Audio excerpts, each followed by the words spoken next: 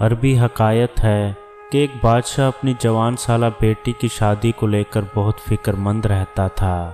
وہ برسوں سے نیک اور عبادت گزار داماد کی تلاش میں تھا۔ ایک دن اس نے وزیر کو بلایا اور کہا کہ کسی طرح میری بیٹی کے لیے میری رعایا میں سے عبادت گزار انسان کو تلاش کر کے سامنے پیش کرو۔ وزیر نے اپنی فوج کو شہر کی جامع مسجد کے گرد تعینات کر دیا اور کہا چھپ کر دیکھتے رہو، جو شخص آدھی رات مسجد میں داخل ہوگا اسے نکلنے مت دینا جب تک میں نہ آ جاؤں۔ عین اسی وقت ایک چور چوری کرنے کے ارادے سے گھر سے نکلا اور دل ہی دل میں سوچا کیوں نہ آج شہر کی جامع مسجد میں جا کر چوری کی جائے اور وہاں مسجد کا قیمتی سامان چرایا جائے۔ چور جیسے ہی جامع مسجد میں داخل ہوا، مسجد کی انتظامیہ نے چور سے باخبر مسجد کو باہر سے تالا لگایا اور اپنے گھروں کو چلے گئے۔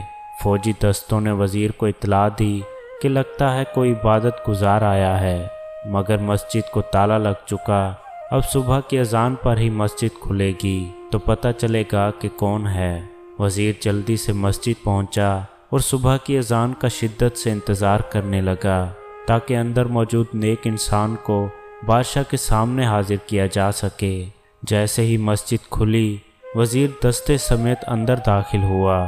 چور یہ دیکھ کر گھبرایا کہ آج تو پکڑا گیا اور جلدی سے نماز کی نیت باندھ لی۔ جو ہی سلام پھیرتا فوراً کھڑا ہو کر دوبارہ نیت باندھ لیتا۔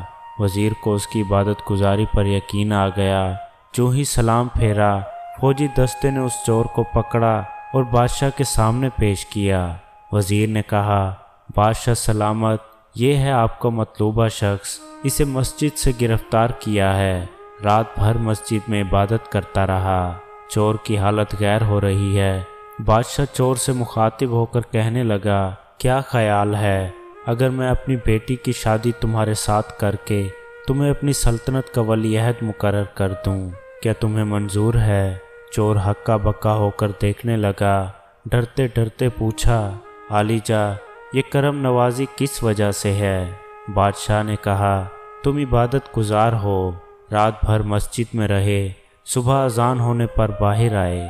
چور دل ہی دل میں سوچنے لگا، اے اللہ، میں چوری کی نیت سے ہی صحیح مگر تیرے گھر گیا، دکھاوے کی نیت سے ہی صحیح نماز ادا کی اور بدلے میں تو نے دنیا میرے قدموں میں ڈال دی۔ اگر میں سچ مچ عبادت گزار ہوتا اور راتوں کو تہجد پڑھا کرتا تو پھر تیرا انعام کیا ہوتا؟ وہیں کھڑے کھڑے نادم ہو کر تائب ہو گیا۔ محترم دوستو، خوش نصیب ہیں وہ لوگ جن کا دل عبادت میں لگتا ہے، اپنے مالک کے سامنے گڑ گڑا کر ذکر کرتے ہیں، آرام دہ بستروں کو چھوڑ کر مصلی پر کھڑے ہوتے ہیں۔ کیا مقام ہوگا ان کا، ایک انسان اس کا تصور بھی نہیں کر سکتا۔ اے اللہ، ہم سب کو پکا اور سچا عبادت گزار بنا دے۔ آمین ثم آمین۔